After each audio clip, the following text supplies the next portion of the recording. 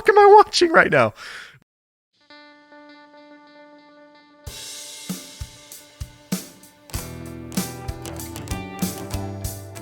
Hello, welcome back to the True Crime Guys podcast. I'm Lauren. And I'm Michael. All right, we're back. This week we have an international woman of mystery. And yes. Another woman killer. Kind of like Catch Me If You Can, except she was more evil and actually killed people. Yes. A lot more evil. She took a lot more liberties. And it was later, too. You know, Catch Me If You Can took place in, what, the 60s, late 60s, early 70s? Yeah. A little bit easier to be anonymous. True. But she was doing this in through the 90s. Yeah, she became known as the world's most wanted woman in the late 90s and early 2000s. Pretty impressive. Very elusive, I guess. Loved to steal people's identities and then murder them, potentially. And right. had a lot of tricks in her bag as far as getting you to hand over your information. Yes, she did. Using things like numerology and pretty fascinating. Right. She must have been quite convincing, very charismatic, very charming, because I don't understand how you would just trust somebody so early on. Imagine meeting someone and within an hour you're handing over your social security number, your passport. No, she was doing this. Just no way. Managing to do that somehow. Right. Well, a different time. Yeah. A different time, to be fair. People weren't as weary of these types of things. You know what I'm saying? Yeah. All right, well, let's get into it. Let's do it.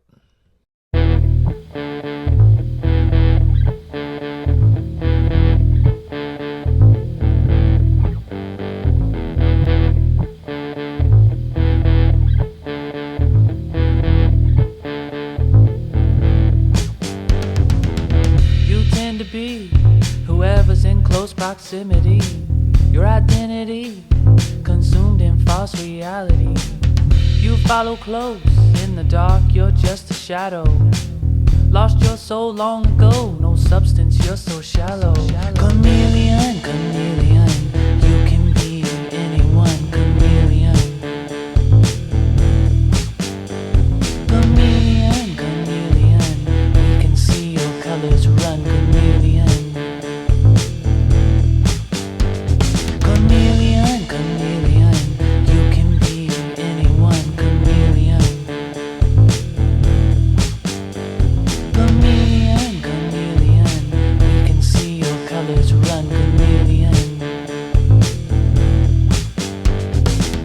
You can't hide anymore, your black heart bleeding on the floor. We know what's really yours, we see the truth. You'll slowly fade away, all the stolen pride and stolen names and wasted times on stupid games, searching for proof. Chameleon, chameleon, you can be anyone. Chameleon. Chameleon, chameleon, we can see your colors run. Chameleon. Chameleon, chameleon, you can be anyone. Chameleon. Chameleon, chameleon, we can see your colors run. Chameleon.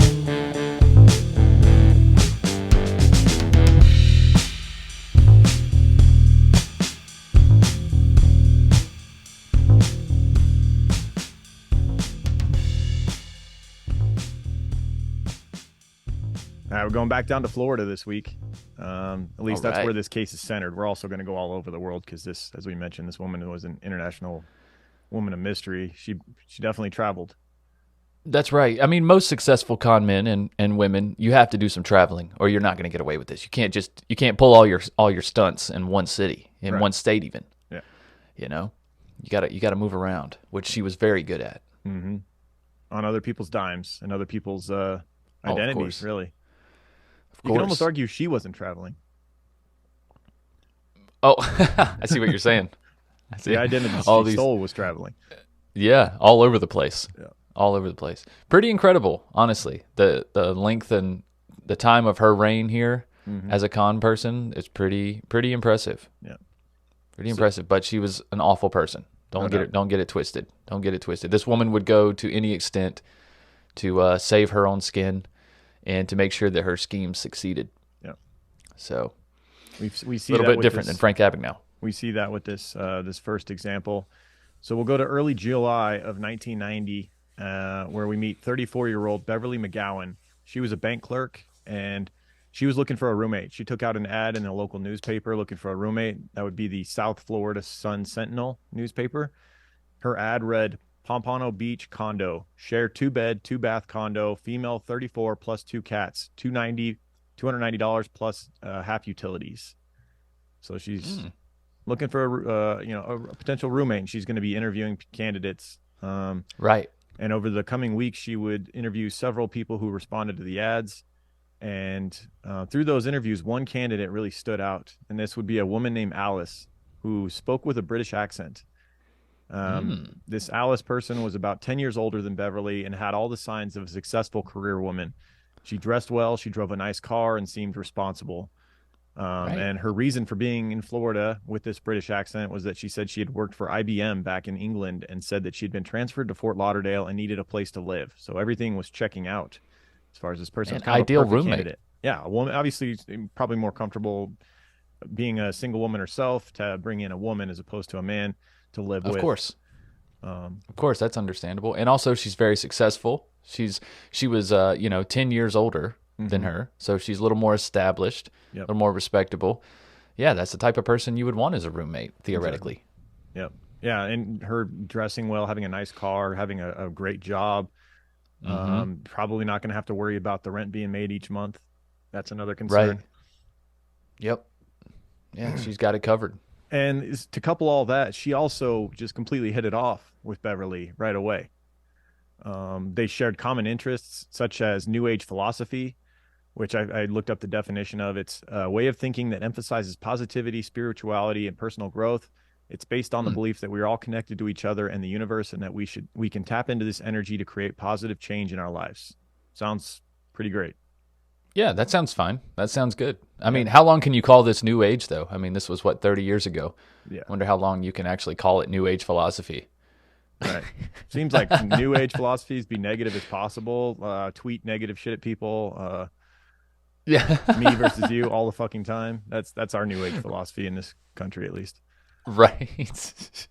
There's a New Age philosophy. Yeah. So of course Alice would be the winning candidate. She would be chosen as the person to, share a home with Beverly here. Right. And also interesting, one way that she also kind of helped seal the deal was they got into some numerology, which is also fascinating. She would predict the future for Beverly here, telling her that she would be wealthy and meet a man that she would marry by the time she was 40. Yeah, she just needed a few small little personal details. Yeah, no big we'll deal. Get into that later. She needed a few things to really get an accurate depiction of the future, of course. I mean, if you want it to be accurate. Right. Exactly. Yeah. You're really going to have to forfeit some information. Yeah. In the days following picking Alice as a candidate, Beverly would go missing. She would not be seen or heard from her family, and even from the bank that she worked for, which was obviously out of character for her. And on July 20th, 1990, 3 days after she'd last been seen, Beverly's sister reported her missing to police. And that same day, she became even more concerned when she received a bizarre letter in the mail. So Beverly's sister receives this letter, supposedly written by Beverly, but it was postmarked from Miami. And the letter claimed that she was unhappy with her life and had decided to make a change, very much out of nowhere. She claimed that she had quit her job, sold her condo, and was planning to travel for a while.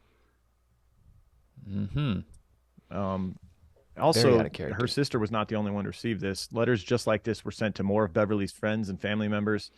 The bank she worked for received a letter supposedly from her designating her resignation from her job at the bank. Jeez. Also, she's tying up loose ends here. Yeah. Also, her mortgage company received a letter instructing them to foreclose on her condo and dispose of any of her personal belongings that had been left in it. Who does that? Who writes a letter to their mortgage company? I don't know, man. and ask for them to foreclose. It's like you just leave or you just stop paying. I mean, you have months. True. Before they're going to do anything. You probably got 2 or 3 months minimum before they're even going to act. Yeah, foreclosure is not like a good thing. I mean, like, why would it? Right? What benefit would there be? I guess maybe the only thing I could think of is like just so no squatters come in and just take over. I don't know. But why do you care? You're dipping out on the property anyways. Yeah, I don't know. You know, if you can't pay it, you're unhappy where you're at. It's just writing the letter to the bank is just the weirdest part of all this. I understand the letter to the family members, even to the job. Yeah. But writing a letter to the bank that owns To the the mortgage property, that company, just yeah. seems, that just seems weird. Yeah.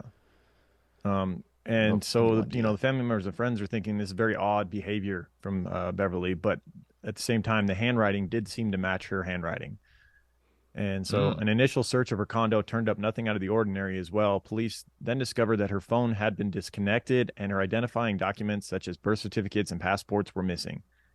Now, this is bizarre, that's a but at the huge same red time, flag. sometimes people have a mental breakdown or they just have like a moment where they're like, I've had it with this lifestyle. I'm done. And some people do. And that's just true, run and- off. And she didn't have a family she was leaving behind, like as far as like, kids or anything like that. So Right. And I mean, she's in her 30s too. I mean, Yeah. she's an adult. She has every right to make this decision. Yeah. And also, if someone is going to disappear and leave, they are going to take all their personal documents. Yeah. I mean, that makes perfect sense. exactly. It would honestly. almost be more I mean, concerning, right, if they were left. Because like then where did she go? exactly. Yeah, if she took a Exactly. passport, that's actually like, maybe she did run off. Yeah, exactly. Yeah. I mean, it kind of makes sense. Yeah. And the handwriting was damn close to hers too. Well, So- it kind of made sense until a body was found. So on July 19th, Right. 1990, you might have noticed that we said she was reported missing on July 20th. So this is a day before a body was found, but they hadn't connected it to Beverly yet. On July 19th, 1990, female remains were found by a construction worker in a rural canal in St. Lucie County, Florida. And this was a construction worker who was out looking in a canal for bass fishing bait. So looking for, I don't know, crawdads or whatever he was looking for. Right. And he found a woman's remains. The woman had been mutilated by removing a tattoo on her stomach. So a section of skin had been cut off of her torso. Her head had been decapitated. So her head had been removed.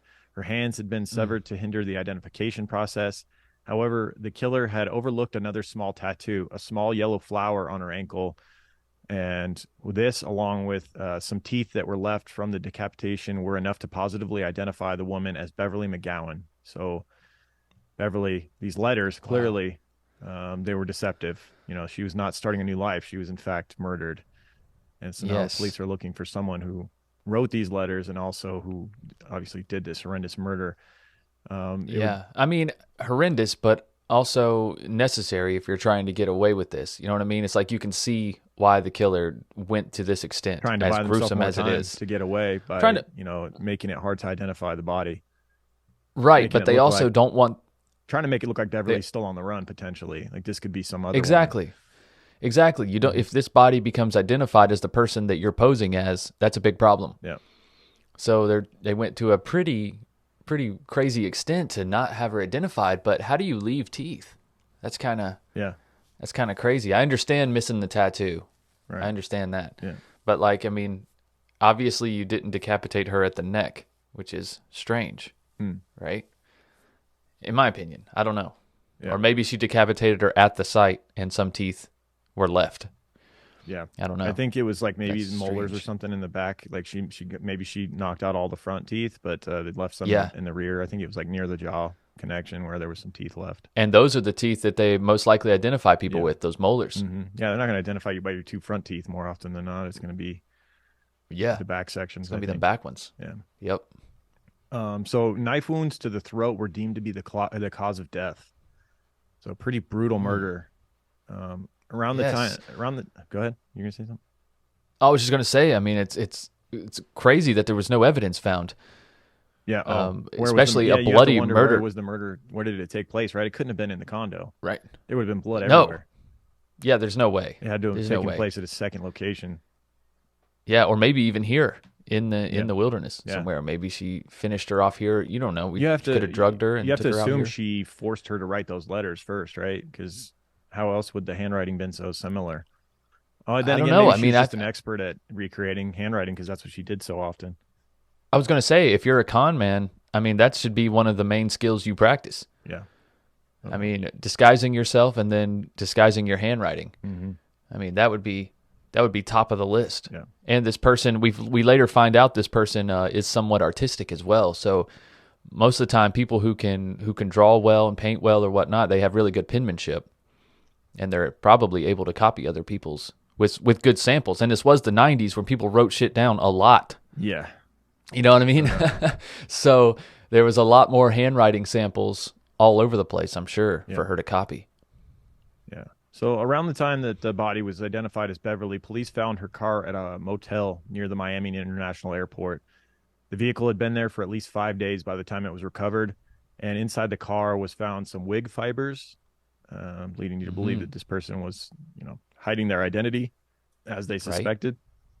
$795 out of the $800 in Beverly's bank account had been withdrawn, and her credit cards had been used on a shopping spree at the Aventura Mall, 20 miles north of Miami. So, of course, police... That's bold, right? Yeah. So, of course, police go to the mall and begin talking to people who worked in the stores where the credit card was used. And these employees described the shopper as an attractive, well-dressed blonde woman.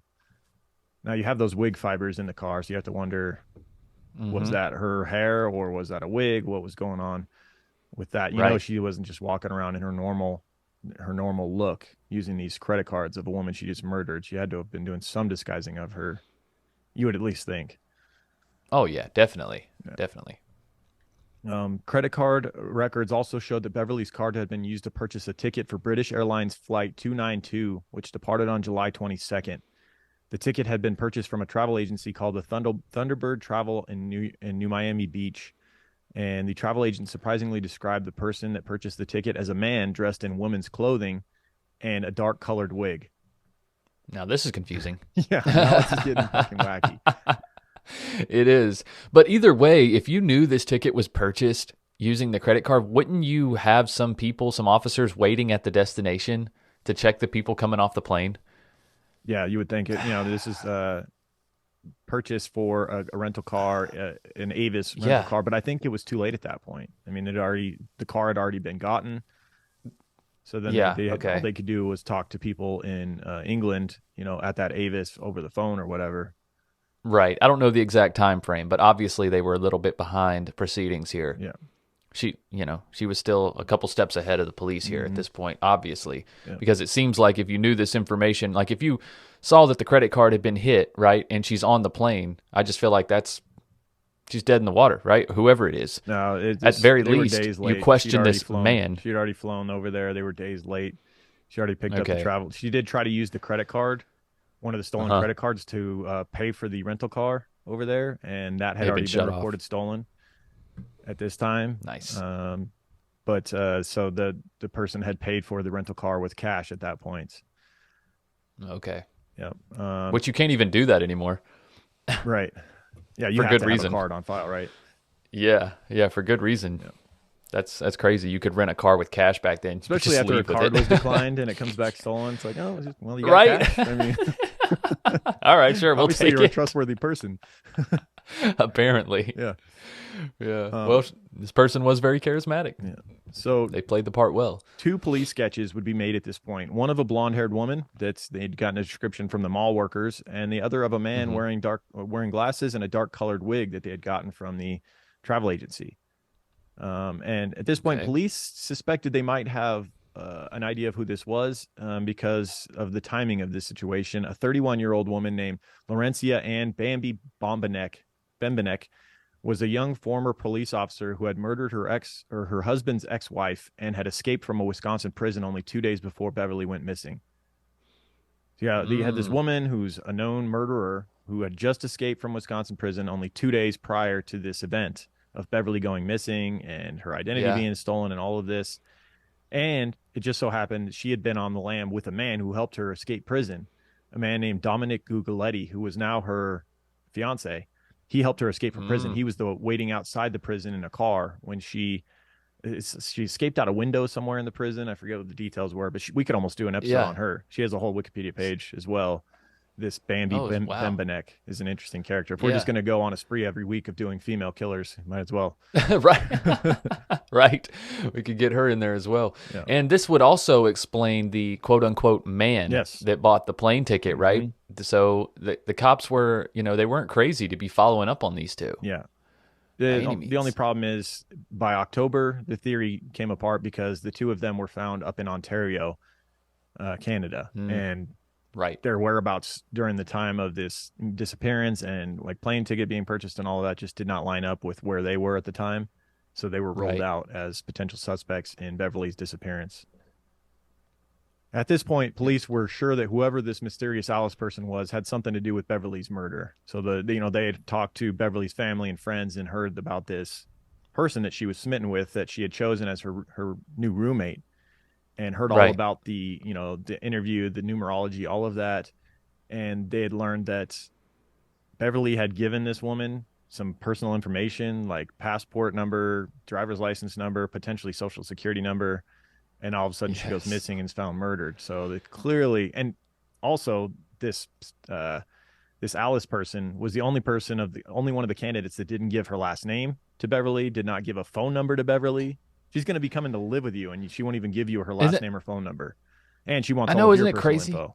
I was about to say, and then you in turn trust her with all of your personal Mm-hmm. information. It's like when you are the property owner, it's like you have the upper hand. Yeah. This person who wants to come live in your house Mm-hmm. needs to be giving up information. Like that's a red flag right away. Yeah. They don't want to give up any information, but they want your social security number. Yeah. Like, no thanks. Yeah. Yeah. And so when sus. police started looking into what they had heard about this Alice person, they found no record of a woman being transferred to Florida from an IBM in England, which she claimed she had been. And Right. Alice was the only roommate, as we mentioned, that hadn't provided a last name or anything like that. Oh, there's a lot of red flags popping up. Oh yeah. No Alice registered for a flight 292 for London, but someone had picked up the rental car at the airport, as we mentioned, tried to use the credit card, came up stolen, and they paid for cash. Oddly, no one at that Avis in England could agree on what the person that picked up the car looked like. They all were arguing about, what this he or she person picked up the car looked like. You're right. So that wasn't That's helpful. hilarious. No, not at all. Yeah. Not at all. Um, But I guess obviously they didn't have security cameras either. Right. This would have really helped. Yeah, and Right. I imagine how many people you see in a car rental place at a big country like London, or a big city like London, where people are Oh flying my in from all God, over the right. world. You're seeing so many different faces every day, and I don't know. Yeah. I guess the credit card being denied and the cash payment might have kind of like helped you to remember this person a little bit more, but I don't know. Yeah. Probably not. Like I said, I mean, if it wasn't illegal to pay in cash, then I'm sure plenty of people did. Yeah. I mean, because you know how people treat rental cars like shits Yeah, no doubt. typically. So they don't want to get charged anymore. So like if paying with cash was an option, I would definitely do that. Right. Yes, I don't know. In November of 1991, over a year after the murder, Unsolved Mysteries ran a 12-minute segment on the case. At which point it came to light that during the interview that Alice had done with, this Alice person had done 2 numerology tests on Beverly. The second involved Beverly handing over several pieces of personal information, including her passport number, driver's license number, social security number. She did so reluctantly. And as we mentioned earlier, this Alice person must have been very persuasive and charismatic in order to, I in one guess. sitting, get someone to hand over all this information without giving up any of her own personal information to them. Right. And there might have also been a little bit more willingness on Beverly's part because of, maybe her age and her position in life. She was in like her mid 30s. I think she was 34, Yeah. 33, 34. Still single, still living alone. I mean, at that point, you may be very curious as to where your life is going to go. And if someone can give a hint, Yeah. especially to something like this, you may be a little more willing to fall for something. And especially if you've already agreed that you're going to be roommates. Yeah. Because it's like, well, this person's not going to do me wrong. We're going to be living together. Yeah. Like, why would she do me wrong in this aspect? I know it's her, Yeah. but still it's crazy to think that you give away passport, driver's license, and social security number upon meeting someone. Just seems absurd. Yeah. And this was not the For any first reason. person who had done this. I mean, I know. Yeah, this Alice person had gotten several other people to do the same thing. So, Yeah, it's crazy. so although the Unsolved Mysteries segment produced over 500 tips within 24 hours of its airing, none of them would pan out, and the case would remain unsolved for over another 5 years before they would get a solid lead. So in December of 1996, police announced that they had finally unmasked the identity of the mysterious Alice, and this would be 51-year-old Elaine Parent. This would be her real name, which was not something easily acquired. Well, we think it's her real Yeah, name. we think there was so. really no That's just documentation true. Yeah, we found don't have for a this birth either. certificate or anything like that for this person, but No. yeah. So this, Well, maybe we'll that's just just call what that we this was think. her main alias. Let's just say that. If Her or- her oldest alias, yeah, probably. sure, Yeah. yeah. And it's pretty interesting how police connected, found a connection from this Alice to Elaine Parent, and it was through a pad of stationery paper that was used to write the letters to Beverly's friends and family. So this was a pad of paper that was in this suspect's home that she had been using for many of her scams, many of her letters to send Right. people, and there was imprints left. When you press down and write things, That's right. you leave a trace, and they were able to connect a couple of different aliases, and they were able to connect one of the pad's writings to one of the people that she stole an identity from, and go meet with her. And so we'll get into more of that in a minute, but let's go into Elaine Parent, who we think is the actual birth name of this psychopathic killer / identity this theft. chameleon. Yeah, this chameleon. Yeah, the chameleon killer, the name of this episode. That's right. She was born August 4th, 1942, and shares a birthday with Barack Obama, Louis Armstrong, and Billy Bob Thornton. Wow, what a crew there. That's an awesome group. Yeah, it is. Seriously. She later became known as the world's most wanted woman in the late 90s and 2000s, but relatively little is known about the real Elaine Antoinette Parent. Those who knew her and in some cases lived with her described her variously as beautiful, intelligent, charming, and bisexual, but also speak of her flip side, which was aggressive, prone to violent mood swings, and threatening. She was allegedly the only child of an American father and a French-Canadian mother. She grew up in the Bronx in New York, and by her 30th birthday, she was in Florida, and 3 years later acquired for her first conviction of shoplifting. For most of her adult life, however, she was a shapeshifter, and it's just hard to track where she was, what she was doing. She was stealing identities, going by different aliases. Some of her 20 identities were stolen from women she met and seduced, but did not kill. Some were entirely invented, and some could not be traced by detectives at all. And some of the people that they know she stole an identity of are missing, and very well she may have killed them, and they've just not been found. It's crazy that she committed her first shoplifting. Well, she got caught for her first shoplifting at 33. That wasn't her first. No, that's what I'm saying. At 33, she had already pulled off plenty of successful heists. Yeah, and I'm sure it had to do with her, with her whole vibe. That's why she was able to swindle Beverly earlier on. Was like people wouldn't assume she was going to steal. Like when she walks into a fancy store, looking the way she looked, no one was even watching her, and she could just take whatever she wanted and lie about it if they said anything. Or she looked wealthy, and a lot of times, especially when in America, she talked with a British accent. There you go. Which made her seem more cultured. We have a stupid more intelligent. About that. We want to trust people with a British accent more for some reason. Yeah, because they, like I said, they seem more cultured, they seem more intelligent for whatever reasons. We just have that stigma here in the U.S. about that type of thing, and she used that to her advantage. Yeah, I don't think it goes both ways, though. I think we go over there with our American accent, and they're like, look at this wanker. Yeah, look at this idiot. Look at this redneck. Yeah. Watch some real football, dummy. Right. So they fear that women could have met the same fate as Beverly McGowan, these women that she'd stolen the identity from and were missing. Rena Crowningshield was the lead investigator in the case. She would connect Parent to McGowan's apartment through dim traces of handwriting left on the notepad that were found to be Parent's. And Crowningshield also found one of Parent's aliases very much alive, and this would be a woman named Charlotte Cowan. And so this is a woman that Elaine had stolen the identity of. Right. There's a lot of names here in this case, dude. It is easy to get confused. I hope you guys are following this. Right. So police, of course, go to see Charlotte Cowan, a person that she had stolen the identity of. And from her home on Florida's west coast, Cowan said that she met Parent about 10 years ago at a bar called Faces in Orlando. I think that Elaine Parent, if that's what her real name was targeting gay bars. I think she targeted lesbians because she was very attractive and charismatic, and would try to strike up a relationship with them, get them to trust her, and then take advantage of them. Right. Whether she was actually bisexual or not, I don't know, or if she just viewed them as a good potential victim. Yeah, I think that was probably what it was. And the fact that she could most likely overpower them more easily if it did come to, murdering and disposing of the body and whatnot. Yeah, she didn't seem to target men as victims. It was entirely women. Right. So Parent would impress Cowan with her fine clothes, British accent, and charisma. She had straight, short red hair similar to Cowan's, according to Cowan. At the time. They began chatting. Before long, Parent asked Cowan about her birthday and said she was into numerology and wanted to profile Cowan. Sounds very similar to what happened with Beverly. Yes. Though Cowan had never heard of numerology, she agreed to hand over her driver's license number, birth date, and time of birth. Those things seem kind of benign, not too like, okay, driver's license. We show people our driver's license all the time.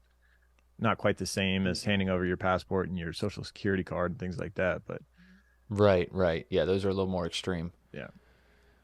Parent wrote it on a cocktail napkin and told her of a rosy future. See, that part's a little sketch. Like, why do you need to write down my shit?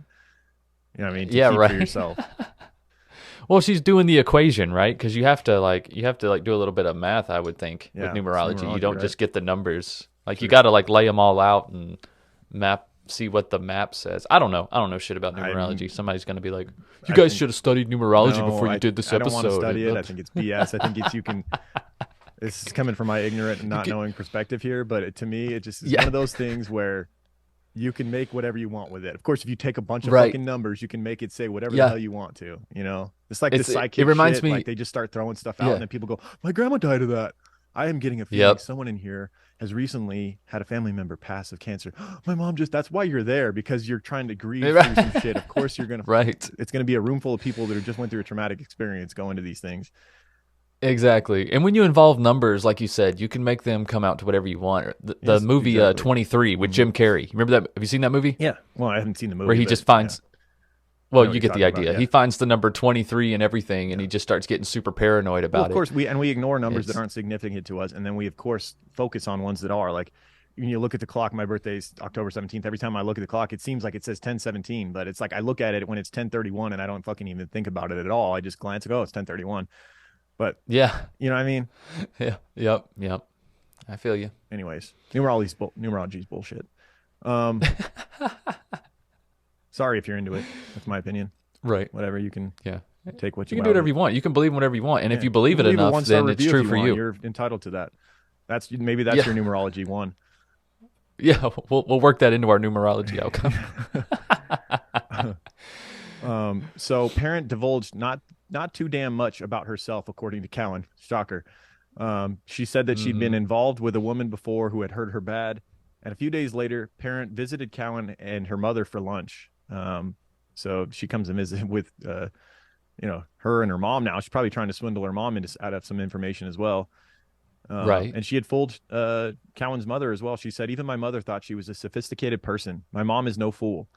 Cowan didn't hear from Parent again for some time. Shocker. So she got what she wanted. She got her identity and her information, and she, disappeared for a while before giving Cowan a phone call telling her that her aunt had died and that her brother was and her were supposed to split the inheritance, but she said her brother had committed her to a hospital to keep her from the money. Elaborate. What a tale. Yeah. Right?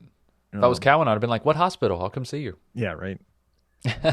About a month later, Parent showed up at Cowan's home at 3 a.m. wearing a paste-on mustache and said that she was in disguise so she could escape from the hospital.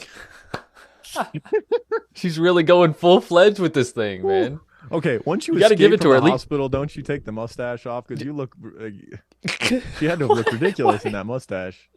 Right? Once you get out the door, I don't think the hospital staff is searching for you anymore. Right. I think you can take, like you say, you can take the mustache off. Right. Why don't but she was really sticking to this lie. Yeah. Change to a different looking female's identity instead of a female with a mustache. I don't know. Yeah. Although she must be somewhat convincing of a male when she dresses that way. Maybe she had that. She tricked the people at the airport. Maybe she had that Ted Bundy face where it was kind of like, sharp features and like different lighting. A two-face, as Seinfeld would put it. There's another Seinfeld reference for you. Yeah. Depending on the lighting, she looked like either a man or a woman. Who knows? Right. Throw a mustache on, all of a sudden she looks like Brad Pitt or something. I don't know. Right. Who knows? Yeah. I mean, she obviously convinced some people because people at the rental place argued that she could have been a man, and same thing at the airport. Yeah. So she pulled off a convincing man in some way. Yeah. So, upon spilling this story onto Cowan, she cried and begged Cowan for her birth certificate so she could use it to get identification to hide from her brother.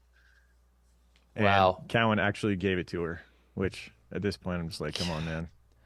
Damn it, You had Cowan. to have known deep down, like, I'm handing this to you, This doesn't and seem like I a good know this is idea. probably a bad idea, but here you go. Right? You know, we've been there in life, right? Where you're just like, this is probably dumb, but I Yeah. bought a car from the sketchiest dude on Craigslist once, and I was just like, this is going to go badly. And sure enough, it did.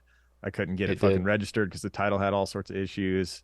Thankfully, Cars Yeah. for Kids took it off my hands and gave me a tax write off for it. So whatever. Well, there you go. But as I was handing him the money, I was like, this is probably dumb. And it was. Lesson learned. Listen to your spidey Lesson senses, learned. dude. Mm-hmm.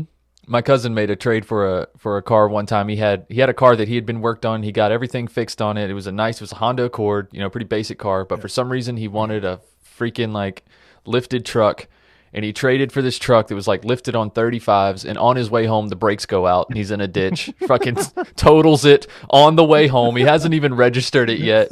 And I'm like, that's when you knew that was a bad fucking decision. Yeah. Oh my god. It's awesome. All right.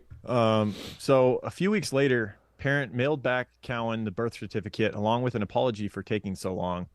And Cowan would never hear from her again. And she says, quote, "To be honest, I have never forgotten this woman. There is something about her. She's definitely a good-looking woman." So still leaving a positive impression on a person who stole her identity and could have very well killed her. I mean, now looking back, she must know, knowing Right. what she is, having killed other people. Well- like, I could have easily been a murder victim.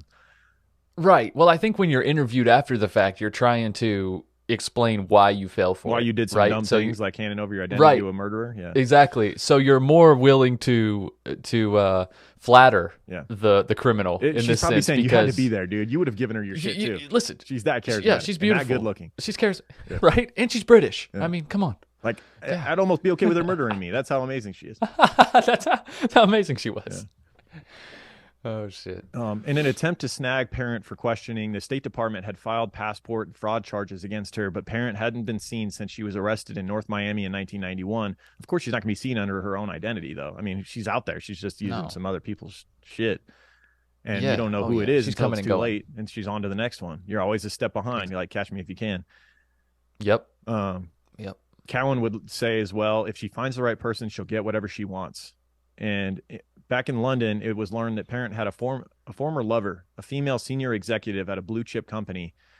And although detectives would not discover this for another 5 years, the couple had lived together for several years until Parent's mood swings and demands for money split them up. Parent had even tried to blackmail her lover. She would manage to persuade her former lover to take her in again.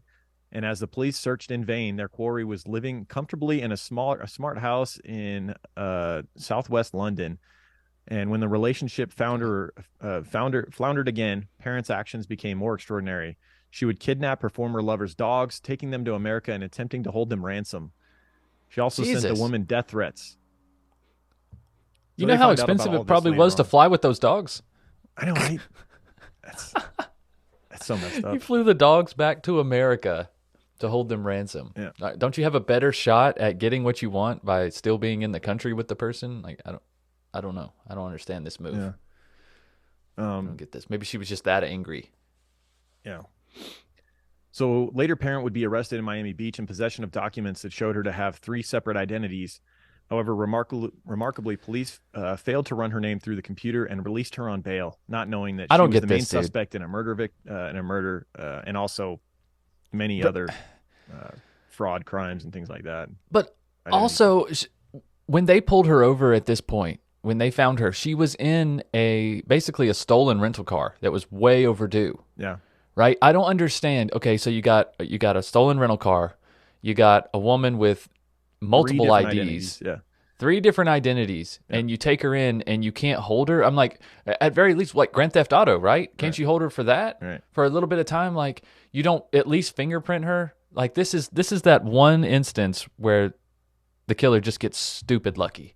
It's almost every serial killer we've covered, they get stupid lucky at one point in time. Randy Kraft had that instance where he got pulled over and nothing happened. You know, And what's amazing, this is there's in so many of Florida. them. It's not like it was in some other country where they just don't, they weren't communicating as well. They weren't told to be on the lookout Right. for her. This is in Miami Beach, This is where this where was she's her wanted main for murder. residence. Like, Yes, where she shows up the most. yeah, mind blowing. It's unbelievable. Yeah. I don't understand this. This is kind of inexcusable in my opinion. Yeah. But, you know, a beautiful woman, maybe she charmed the hell out of him and got out. I don't know. I don't know how do you explain having 3 different IDs though. Yeah. I don't get it. So she's on the lam again. They realize they fucked up, and this is where she becomes known as the Chameleon Killer. Now she's getting off on this chase, this this whole situation, and she sends authorities in America an oil painting of herself in a one-piece bikini with on the back written "You're Chameleon, best wishes," and her signature. Yeah. Wow. Well, I don't think it can be one piece and a bikini, but a one-piece bathing suit, right? Bathing suit, whatever. Oh, is that what? Yeah, okay. Yeah. Because a bikini, like, Did you see the oil painting? The picture makes of it 2 words. Yeah. Yeah. I did. It's not bad. Yeah. It's not bad. It's not the most I flattering wonder if picture she of did it or her, if someone though. else painted her. That's a good question. That's a good question. She probably did it, being as narcissistic as she is. I could see her charming some woman who was a good painter into doing the painting for her and promising to pay her and then taking her own money and paying her with her. Maybe not even doing that, just stealing the painting. Just stealing the painting and mailing it. Yeah. I don't know. So at this point, when she's on the run, she's just all over the place. Investigations showed that she next surfaced in New Mexico running a restaurant. Then she was working as a store clerk in Sears in Tennessee and was rumored to be spotted in France, Turkey, Australia, and South Africa. I mean, that's possible because I know she did pose as a South African person. Yeah. A couple times. Yeah. And the South African accent, to an untrained ear is not that different from English. Yeah. Honestly. Yeah. It's very similar. Yeah. So you could easily get away with that in America. Yeah. For sure. In 1992, even as the Florida police sought her in connection with Beverly's murder, she, under another identity, filed a civil negligence suit against the state after she slipped and injured herself in a restaurant. The audacity. She's suing the state that's looking for her for murder. And wins through the police. And she won. She was awarded This is damages, America. and then disappeared again in 1994. Dr. Barbara Kerwin is a leading forensic psychologist who profiled Parent several months before her death. She said, quote, "She is driven by her own psychological demons. I believe she steals identities compulsively to fill up the emptiness of her own personality. She also believed that Parent feared and needed the police manhunt. She needed the manhunt, but also feared it. Quote, the oil painting is very theatrical. I believe she sent it to law enforcement as a way of thumbing her nose at them, of sort of teasing them by saying, I'm alive, I'm well, look out for me, but you'll never find me." Yeah, absolutely. She did. Yeah. And she did that right after she got away with being arrested with all the IDs. I mean, imagine how much that bolstered her confidence. Yeah. You know what I mean? It makes sense that she would do something this brazen right after that. Yep. She's feeling confident as hell. She's feeling like she ain't getting caught. Yeah. However, she does get caught. She gets caught up too. Wow. Florida police would catch up with Parent finally in Panama City, Florida on April 6, 2002, after they received a tip that the suspect was back in Florida under yet another assumed identity.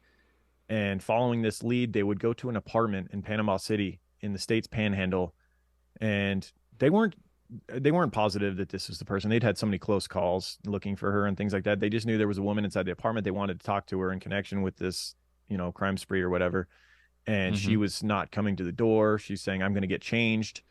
And while they waited outside the bedroom, one officer became suspicious and knocked on the door and he then heard a gunshot. And when they entered the room, they had found Elaine Parent dead of a gunshot wound to the heart. She had taken her own life. And, Yeah. She was going to go out on her own terms. The chase was over. They weren't going to. She was not going to give them the satisfaction of bringing her in. Nope. She wins in the end in her mind. I read in one article that the police gained entry into her house under the ruse of that they were investigating another crime in the neighborhood, and she was like, so they were like, "Can we just wait inside?" And because she said, "I need to go and get changed." And then I'll talk to you. And they're like, well, can we wait inside? And then I guess she was smart enough. She figured it out. She wasn't buying the bullshit. Yeah. She was like, "Why'd you come talk to me?" Right. Of all people. I think she knew her. She knew the Her gig time was was up. up. Yeah. Yeah. Yeah. Of course, there's been concerns that in her time on the run, she's likely to have committed other murders. Sylvia Hodgkinson was one woman that she'd stolen the identity of that's never been located, and it's believed she most likely murdered Sylvia. Right. That was the woman that they connected through the pad writings and things like that. She'd been communicating with this missing person. Yeah. Some investigators have even questioned if Elaine Parent was her actual given name, as you mentioned earlier, since no birth certificate for her has ever been found. Who knows? Yeah. Wow. Beverly McGowan's murder and the search for Elaine Parent were profiled on Unsolved Mysteries and America's Most Wanted. In 2003, BBC did a special documentary on Parent's criminal career entitled The World's Most Wanted Woman. Some of this stuff is what we use to study this case. It's in the show notes below. Right. But yeah, what a fascinating character this was. It almost makes you wish we had more information. Like she was too elusive. Yes, she was. Nothing about her background, her childhood, none of that. Like what the hell turned her into what she was? We don't know. And there's only a very limited number of pictures of her as well. Mm-hmm. I mean, you can see pictures of the oil painting and whatnot. And even these pictures, you have to wonder, was she in disguise at the time? Exactly. We don't know what she looked like. Like you said, she had one of those faces. Like sometimes you see a picture and you're like, wow, yeah, she was a very attractive woman. I see how she could have charmed the hell out of people and gotten away. And then others, I'm like, oh, okay, now I can see how people would think she was a man. Yeah. Like like you say, she definitely had the Bundy thing going on. She was a chameleon in every sense of the word, even though she gave that name to herself, which I hate calling killers stuff when they give themselves the name, but it is what it is. Right. It's like you say, I guess she earned it being that elusive. And like I say, especially in such a more modern time, it's like a lot of the con people and heists and crooks and stuff that we've covered, were taking place 60s, 70s, but to be able to run these schemes up through the 90s and early 2000s, it's quite impressive. I think if she's a man, she just doesn't get away with it this long. Yeah, I'm looking at the photos. I feel like no way. I'm looking at the very few photos we have, and it's interesting the sketch that the police did of the man that had gone into the travel agency, the dark hair and the glasses. It actually you can see how it looks like her because the nose is identical to her nose. The real picture of her, and you look at that and you're like, okay, kind of a squarish face with a long skinny nose. You could see if she puts on a long dark wig and some glasses, like some men looking glasses. That's her. Absolutely. A little mustache. She looks just like Weird Al. Yep. Right on. All right. Right on. Well, if you want to change your identity, there's so many different scents of Oh My Gaia that you can help kind of confuse people. You can change your scent identity. Yes. Right? And you can Well, guys, Oh My Gaia is an innovative, all-natural deodorant, fragrance, and beard oil company specializing in paraben and aluminum-free products. And their innovative line of deodorants inhibit the growth of odor-causing bacteria while still maintaining effectiveness. And like Lauren alluded to, there are tons of scents to choose from Oh My Gaia, with new scents being added all the time, like vanilla, cherry almond, sandalwood, lavender, lemongrass, Egyptian musk, coconut, dreamsicle, leather, lumberjack, honeysuckle, fireside, bergamot amber. There's sweet pea, sailor, barbershop, and of course our very own scent, True Crime Pine. You guys can check all those out at ohmygaia.com. That's ohmygaia.com. And because you're True Crime Guys listeners, you can get 15% off your order. That's 15% off your order by using the word creeper, CREEPER, at ohmygaia.com or at shop_ohmygaia on Instagram. And again, that's ohmygaia.com.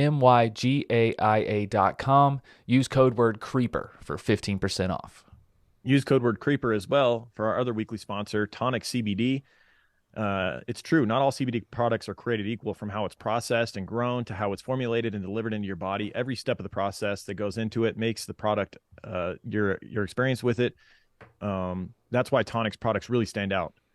They created their own original formulas using CBD, adaptogens, herbs, and superfoods back in 2017 and have been working ever since to deliver the most effective, intentional, and sustainable products possible. They cultivate their own hemp on their certified organic family farm in upstate New York. That hemp travels only 30 minutes to their state-of-the-art manufacturing and distribution facility where it's turned into a finished product and sent to you, ensuring only the highest quality vibes at every stage of the process.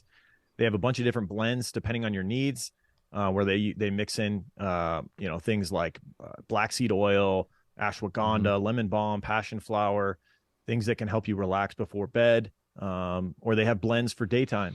Whatever you need. They have vape pens. They have pre-rolls. Whatever it is that is your jam as far as getting that CBD into your body, they have it available to you. And it's easy to verify the quality of their products. They have a microchip on the top of the packaging that allows you to tap your phone on it and reveal third-party lab reports, product information, and details about their farm. That CBD you get at the gas station is you're not gonna know where that came from. It's not gonna want you to know where that came from.